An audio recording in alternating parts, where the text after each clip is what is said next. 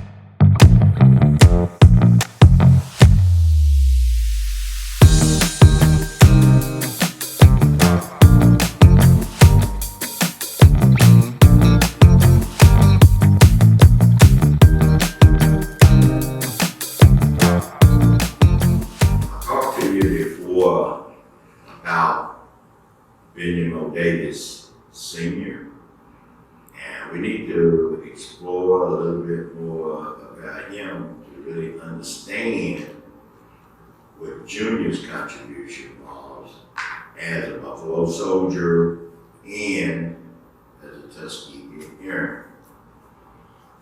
I want to make the connection clear that we are exploring the similarities and differences between the Buffalo Soldiers and the Tuskegee Airmen. There is a definite connection. Junior was born in 1912, and he graduated from West Point in 1936.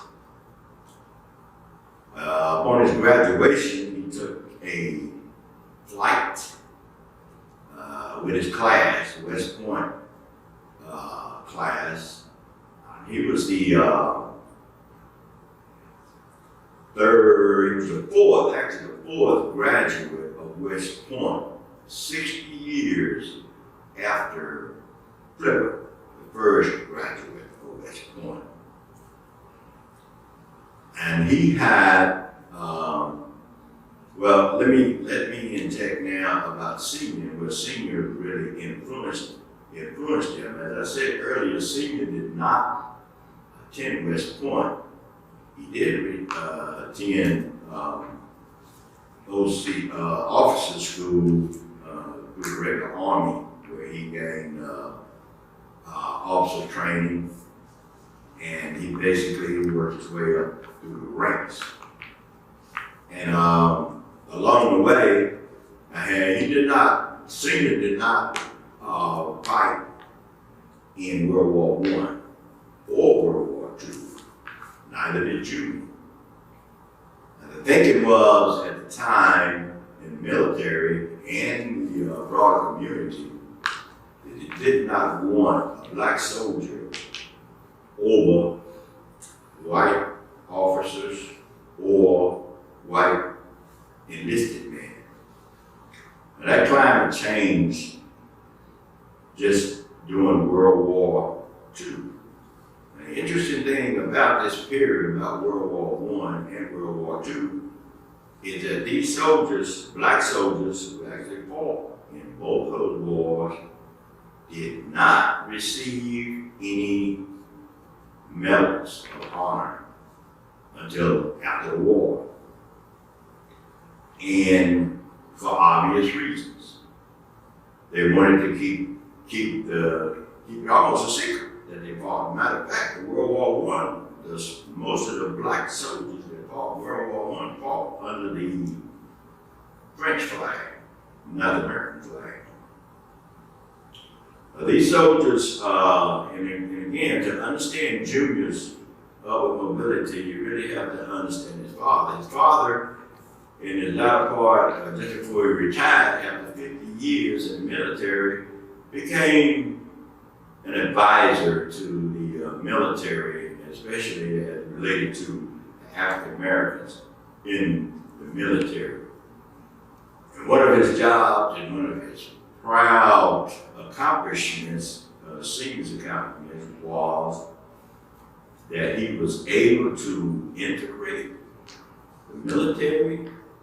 They have soldiers in World War II, black soldiers, white soldiers fighting side by side. And you got to remember, this was doing Jim Crow. Jim Crow was still intact and going strong in American society. So this was a great accomplishment for Senior.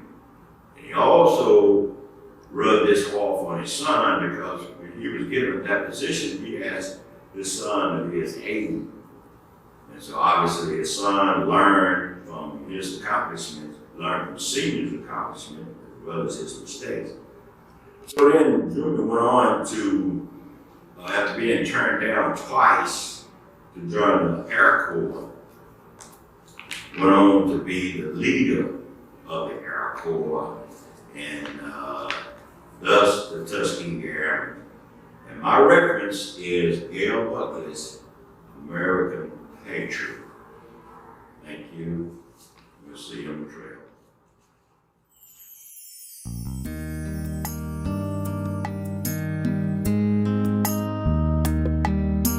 Keep on riding, soldier, ride on. Mr. Paul Allen, Mr. Buffalo Soldier, Mr. Black Cowboy, keep the living.